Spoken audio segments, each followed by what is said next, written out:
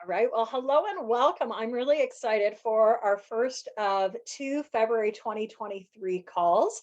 My name is Jennifer Britton, and today we're actually going to talk about one of my favorite books, which I think is still really relevant in today's world, The 90-Day Guide for Success.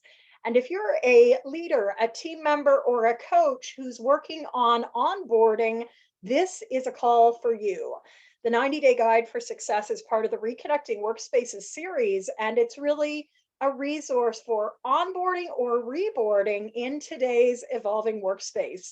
So whether you are back in the office, still working remotely, working hybrid, or back on, in the mobile world, really being able to work fluidly, especially in your first 90 days of a role, is critical. And as I record this in February of 2022, the world is seeing continued flux in terms of movement across organizations, a lot of mergers and acquisitions, and of course, layoffs. So the great resignation has led to further endeavors like quiet quitting and just ongoing flux and change. And I really hope that you'll find that this book, which I'm not quite as well known for, but is still really relevant in today's world. So, looking forward to a 30-minute call with you. Really would love to hear from you or get you thinking about what is important about onboarding for you. So we have a couple of people here live on the call. I'd love if you shared by chat or you can raise your hand and speak verbally. But given that the 90-day guide for success is really this resource to help people go faster, further in a 90-day format, what's important about onboarding or reboarding for you right now? Just want to give you a moment to turn to chat, or as I said, feel free to put up your hand and let's get some voices on the line because we've got a number of you live on the call. And I always like to hear, like, are you as passionate about onboarding as I am? Because sort of a sidebar conversation as people are typing maybe is just this, I think, is such a critical area.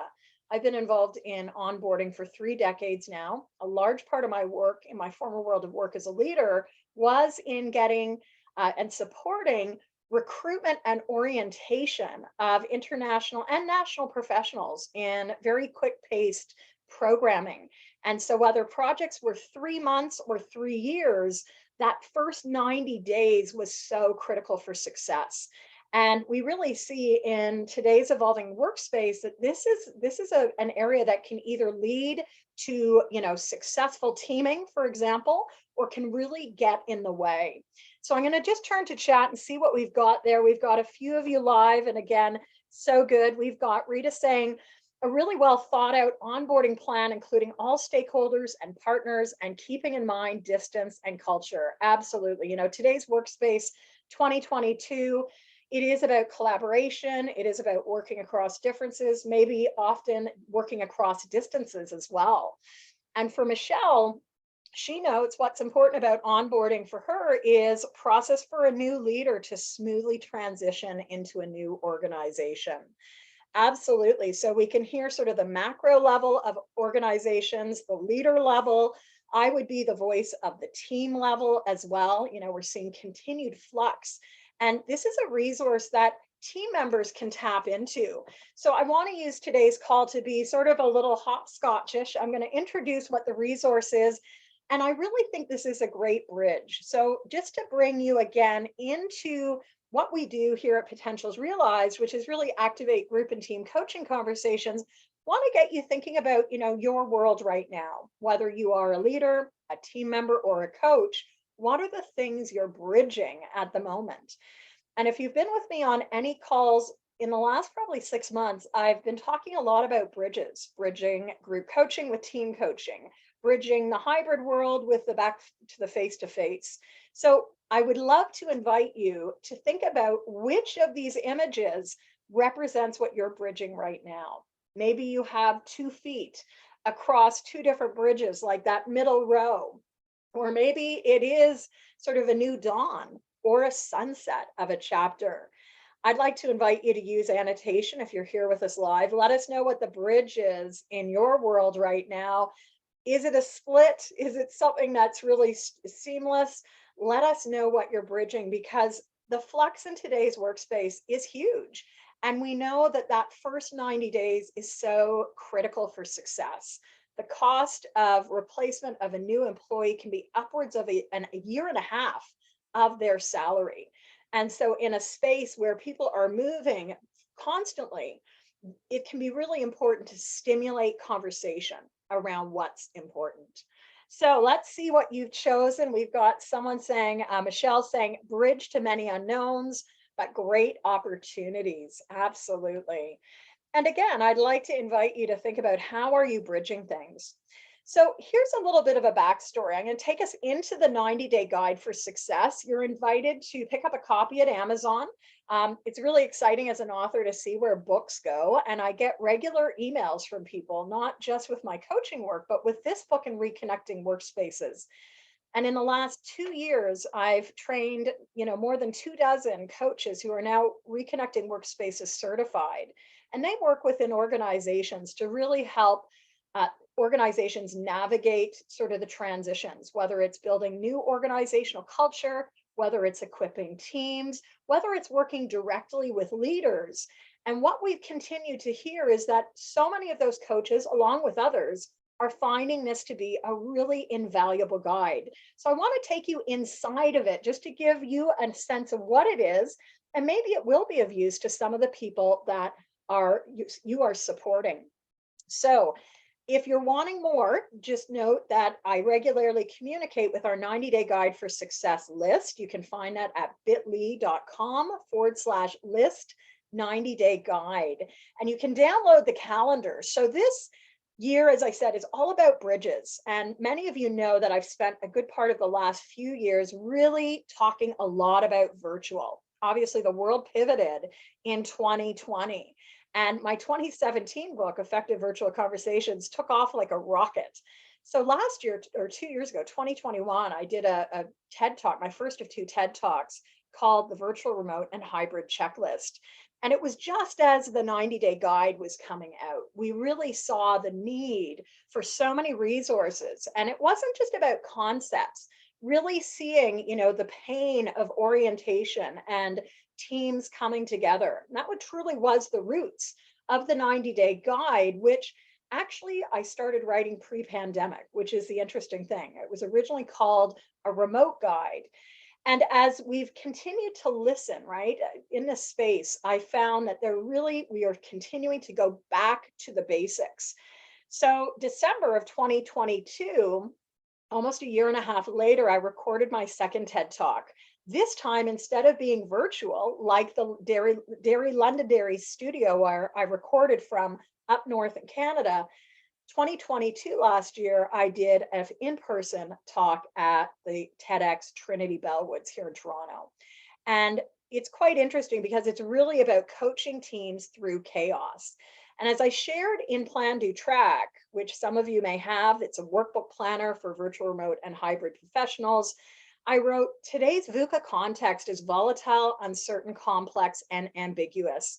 It's a context where things are changing radically and rapidly, and good enough has become a mantra. I think most of us would agree with that statement, but what's really interesting is that I wrote this back in 2019, actually the end of 2018, before VUCA, before virtual, before hybrid was really as well known, as well understood as we are today. So what is interesting with the 90-day guide is we start breaking down sort of the core elements that people need at different stages.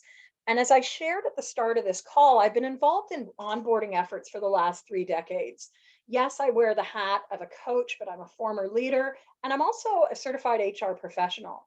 And in my work around talent development, which is often much larger than just coaching, we see these pain points of what helps people thrive individually, collectively, and organizationally. We also can see things that get in the way.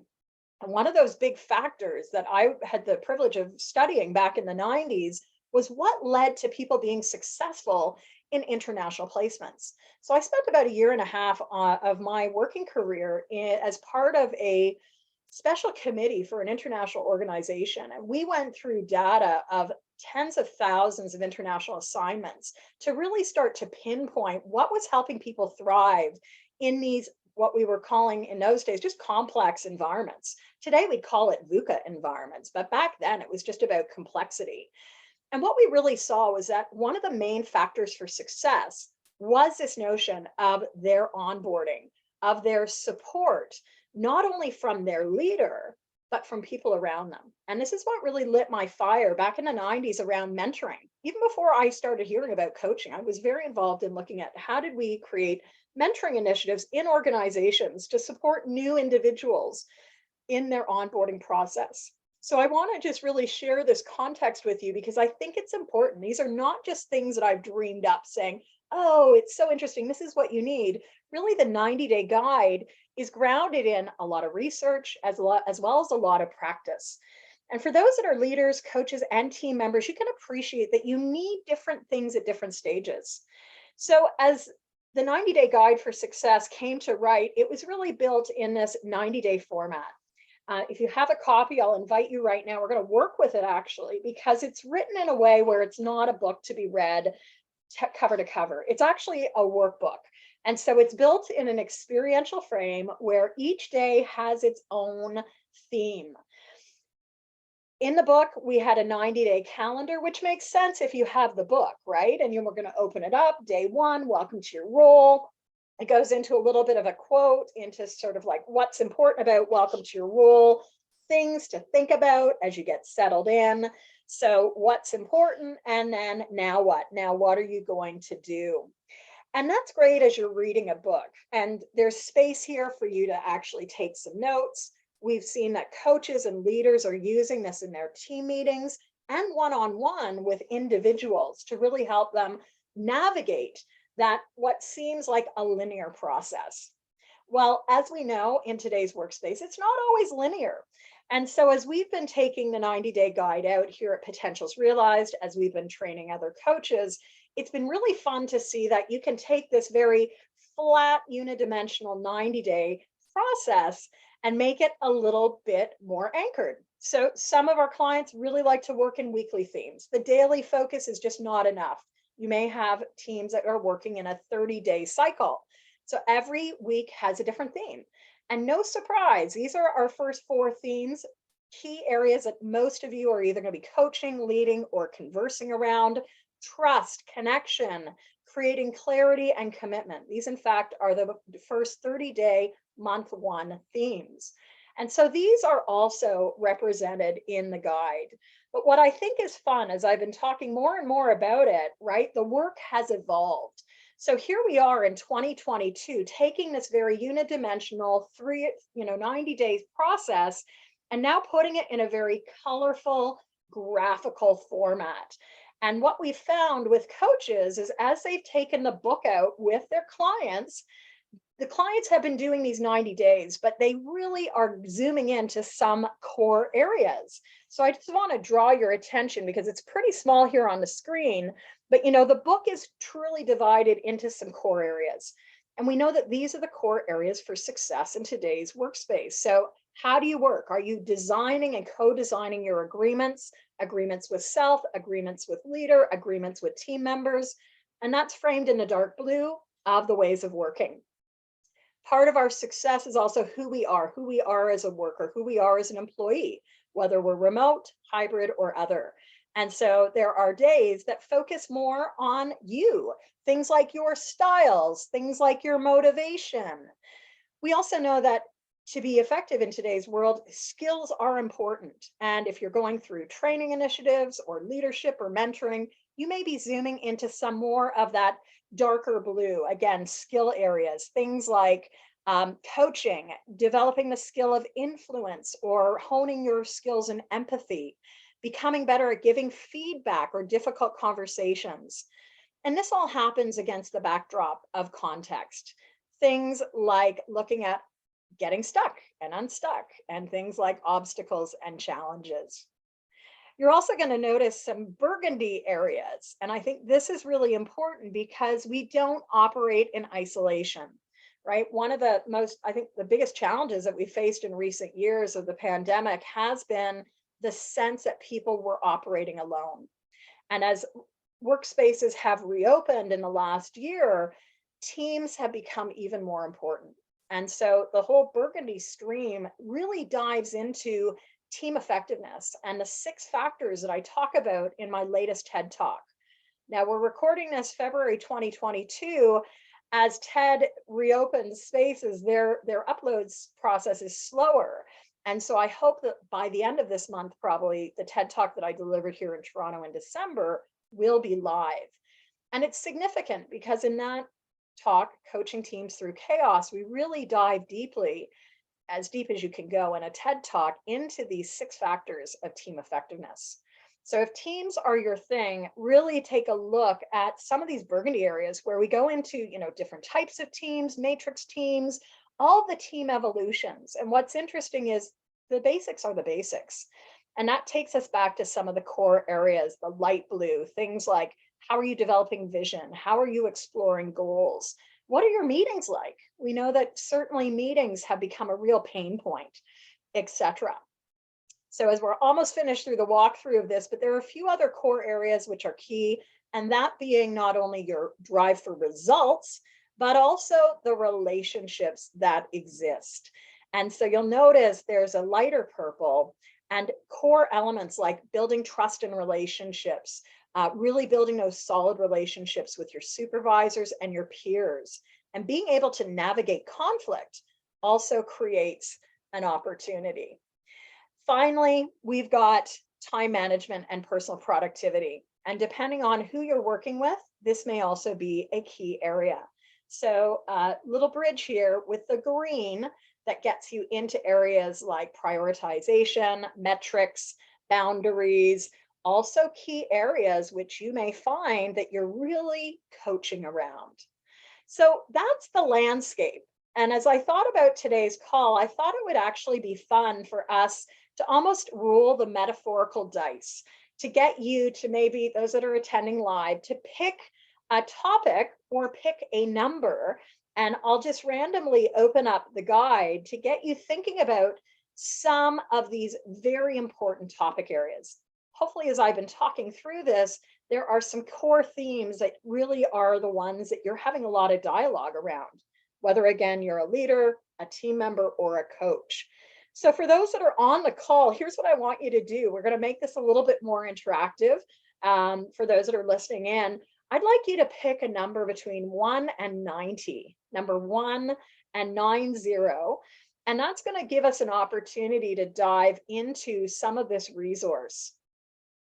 And as you get into that, and so the numbers are coming in, but one thing I want to say, and why I'm talking so passionately about this, as part of an experiment, as the book came out, I spent 90 days leading 90 days of group coaching for a group that joined me during Q4 of 2021.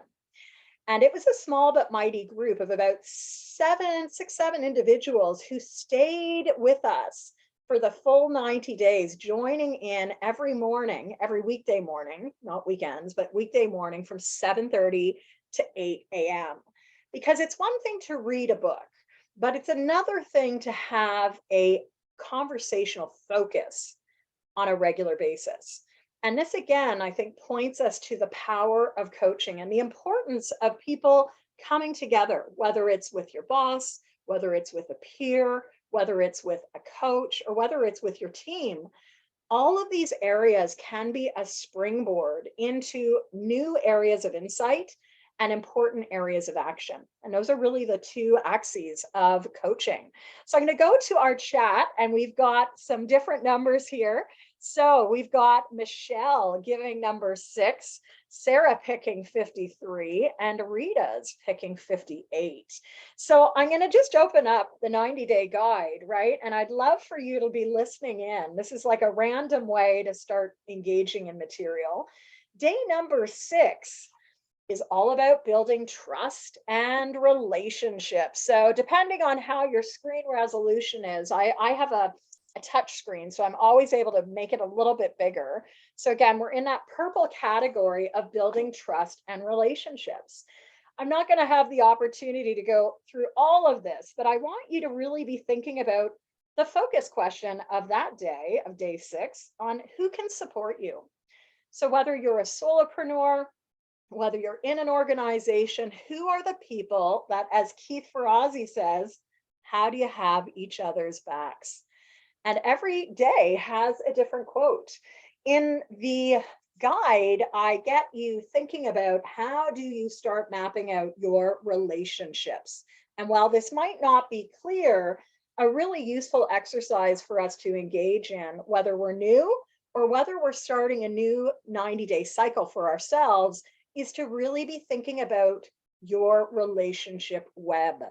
And so think about things like, who are you surrounded by? Are they catalysts? Are they activators? Are they advocates? Are they mentors? Are they coaches? Are they neutral sounding boards? Are you surrounded by educators, peers, community builders? Really, who is there to support you in doing your best work? Who can help you clarify your message? Who can help you expand your breadth and also your knowledge laterally? And who do you need to collaborate with? Because we know after years of working remotely, and I've always said this, even pre-pandemic, no person is an island, right? We need others, whether we're a solopreneur or working all the time remotely, we do not operate in isolation. And so I hope that it's useful for you. We won't have time to do this on the call, but if you have a copy of the 90-day guide, invitation to dive into day 6, which really gets you thinking about and mapping out the relationships in your world. And if you're attending as a coach, this is an exercise that you can be thinking about. What a lot of coaches do is they buy a copy of the book for their clients and they work through it together. If coaches are meeting on a weekly basis or bi-weekly, the client may be working along in the background. And when the coach and client meet, they talk about what was interesting or important, or what was that area that was focusing on. If you're a leader or a team member, this is great. Even the way we're doing this today, picking random numbers can be useful to just sort of dive into material, right? Think about how many books you have on your nightstand. I've been working this year to actually clear off my book list, but I think one of the biggest challenges for readers is like, oh, I don't want to like crack the spine.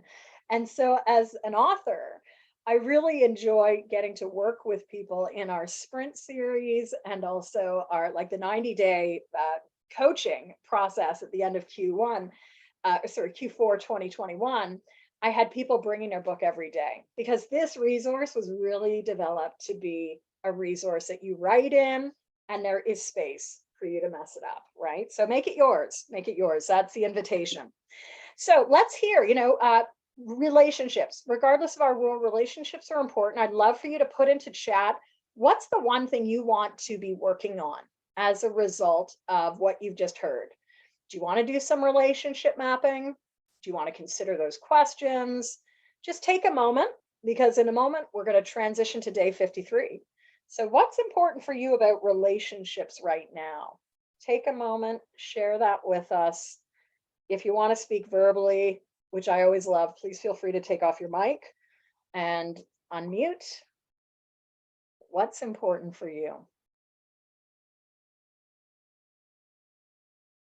I'll give it 30 seconds for people to type, to write. While we're doing that, I want to really, I think it was Michelle, you encouraged us to go to this day because we really know that success in today's workspace is not just about driving to results. We're in a moment of life where burnout is endemic across so many industries. And that's where, there's often two gas pedals. There's results and there's relationships. And building out those relationships, while it takes time, it actually can be part of the thing that we lean into when we're really feeling tired, overwhelmed, etc. So here's what our colleagues on the line said today, things that they're going to commit to doing or things that they're going to think about. So for Rita, it's about some time to make a game plan with new hires, taking into consideration how they prefer to meet new people. So introvert versus extrovert, for example. Or as we see here at Potentials Realized, I spent time 2 years ago building out the hybrid work styles quiz. And that really gets us into the world of 5 different types of employees that we're going to find in the workplace. builders who like to get things done versus the connector who's going to really love this focus on relationships, because connectors thrive when they can be connected with others, other resources, etc. So thanks, Rita, for getting us thinking about, styles, preferences. Michelle mentions one of the most important things for her right now is identifying the most important relationships for the new hire that need to be developed and nurtured for success. And in the passion and speed of those early days of a new role, often people are just thinking about what I need to get done, forgetting that we get things done through relationships, especially in a hybrid world, people that you may see or people who are not necessarily seen at the same time. So taking time is key to doing that. And I hope really that day 6 would be a good reminder if you're working with clients who are onboarding. Sarah adds here, being clear on the strengths we bring to the table and owning those. Absolutely. So if you're a coach working with clients in an organization, teams, individuals, leaders, or team members, really take a look at the hybrid work styles quiz. We've actually now got a new course. It's called Coaching Diverse Teams and Groups. It's a 14 CCE approved program. It's number 5 in our Pathway series of learning. And it takes a deep dive into what those 5 hybrid work styles are and how to coach around them. So I just want to put that little piece on the table for all of you, because it's a really key issue. How are we seeing the world? So we're going to jump over to day 53. Meetings 101. Bob Weir wrote, meetings can be a lot of fun or they can be frustrating. And think about how much time you're spending in meetings, right? Pre-pandemic, approximately 40% of a manager's time was spent in meetings. That number has gone up astronomically. And so in day 53, if you have a copy of the book, you'll notice that I bring back the 8 essential meeting questions, which I first introduced in Effective Virtual Conversations. And these are things like asking just the basic questions. What's the purpose? What takeaways do we want? Who needs to be on the call? What preparation is needed? What will help keep the focus? What pace do we need to keep things engaging? And one thing I'm really sensitive to, is just the appetite and aptitude around virtual these days. We don't have the same zest we had 3 years ago going on to Zoom or Teams. And so even like we're modeling today, how do you bring in voices, either literally through chat or live, right? And part of that is really designing. So for many of you, I think day 53 is going to be a key area that really gets you to think about in the field work. 1 or 2 things that you could be doing to make your meetings more productive and more efficient. And that is key in today's world. So that leaves us a little bit of time. I'm going to go back to chat. I think it's day 58 we're going to dive into. Let's see. So Sarah suggested the meetings. Thank you. Rita is going to take us in to day 58, which is feedback. And again, invitation to think about, when is the last time you talked about feedback? Okay, so when is the last time you talked about feedback? And the quote that I start day 58 with, and I'll preface it. So Robert Allen writes, there is no failure, only feedback, right? And this is really key. If we're not getting information, we're unable to change. So even negative feedback is important in a world that is ever moving, that has ongoing movement. So the focus question for day 58 is, what feedback do you want to receive? Think about when you last received feedback. Was it recently? Was it today? Was it 6 months ago? How do your colleagues want to receive feedback? As a coach, I would say feedback is probably one of the areas that we wind up coaching around regularly. And it's not just about how we want to receive feedback on a team, it's also about understanding how others want to receive feedback. So I won't go into it deeply, but day 58 covers what I call the Revit model, which is a model I created for the teams that I work with. And it gets us thinking about feedback that is meaningful to others. So what are people's roles and what are their expectations and their values? If I'm providing feedback that doesn't match the style or the role or the goals of the individual, my feedback is going to be minimized. But if we can sit down together and really provide a space, it doesn't have to be long, but if we provide those regular touch points where we can be looking at what's working, what's not working so well, so that we can really make adjustments. And I think there's two other areas around feedback that are important at this moment in time. Number one, we want to catch people doing things right. The CEO of Purelator, which is an amazing courier company here in Canada, about a decade ago, he had that as part of their mantra, their leadership mantra: catch people doing things right. When did you last offer feedback to others around what they're doing positively? And on the flip side, when did you last offer that very direct, objective, observable feedback on things that aren't working well? Feedback should be this ongoing cycle. And it probably is, again, like conflict, probably up there in the top 10 list of why coaches might be activated in a team coaching space. So if you have a copy of 90-Day Guide, definitely take a look. Day 58 on feedback. It goes a little bit more into the Revit model.